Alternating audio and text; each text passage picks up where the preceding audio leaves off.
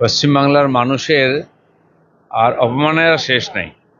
সবচেয়ে প্রিমিয়ার যেগুলো institute, medical college, law college আর ম্যানেজমেন্ট কলেজ, সেখানে যদি এই ধরনের দুর্ভাগ্যজনক আর নক্কারজনক ঘটনা হয়, বাঙালি হিসাবে আর কি মাথা উঁচু করে আমরা বাংলার বাইরে পরিচয় দিতে পারবো?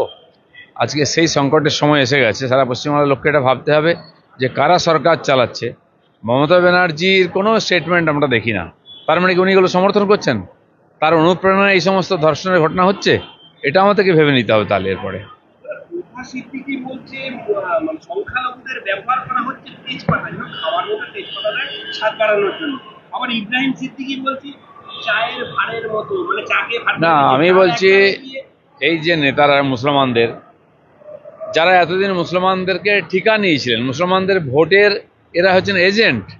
টিএমসি, সিপিএম, কংগ্রেসকে বারবার জিতিয়ে নিয়ে এসছেন। আজ যদি ব্যবহার করা হয় মুসলমানদেরকে, তেজপাতা হোক বা এঁঠো ভাঁড়, তার জন্য তোহা সিদ্দিকীও দায়ী আর বাকি নেতাও দায়ী। আজ মুসলমানদের প্রশ্ন করা উচিত, নিজেদেরকে তারা মুঘলদের পরম্পরার মনে করেন, উত্তর পুরুষ মনে করেন সেইভাবে, কিন্তু এত ক্রিমিনাল কেন মুসলমানরা? এত অশিক্ষিত কেন? কেন মুসলমানের ভ্যানওয়ালা ছেলেকে ভ্যানওয়ালা হতে হবে, ফলওয়ালা ছেলেকে ফলওয়ালা হতে হবে? কেন তার ডাক্তার, ইঞ্জিনিয়ার, প্রফেসর, লয়ার হবে না কেন? আজকে তোহা সিদ্দিকীকে প্রশ্ন করুন, কেন দিদির পায়ের তলায় বসে আপনি একজন পীরজাদা হয়ে তার চামচাগিরি করেন? কেন?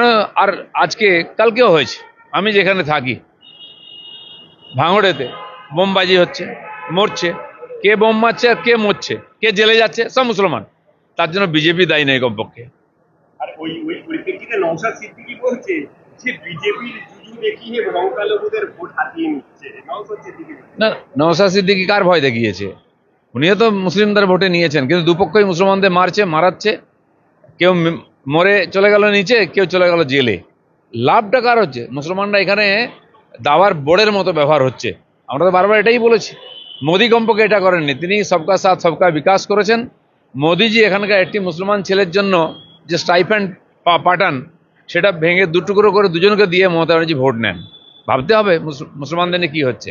দিল্লিতে কেন্দ্রীয় নেতৃত্বের সঙ্গে রাজ্যের বর্তমান পরিস্থিতি নিয়ে কোনো রকম কোনো আলোচনা হলো? হয়েছে, অনেকের সঙ্গে আলোচনা হয়েছে। সাংগঠনিক বিষয়ে কোনো আলোচনা?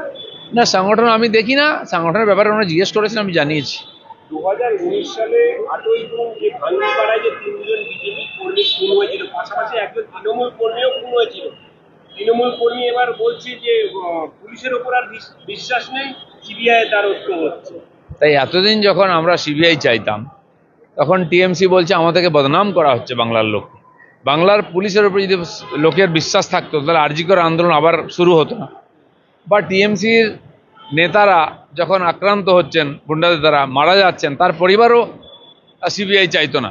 তো সিবিআই যে ঠিক ছিল, কারণ এখানকার পুলিশকে নিকম্মা করে রাখা হয়েছে। পুলিশরা অযোগ্য এটা আমি বলবো না, অনেক ভালো পুলিশ অফিসার আছেন, পুলিশ কর্মচারীরাও চেষ্টা করছেন, কিন্তু তাদেরকে ব্যবহার করা হচ্ছে রাজনৈতিক স্বার্থে, কাজ করতে দেওয়া হচ্ছে না।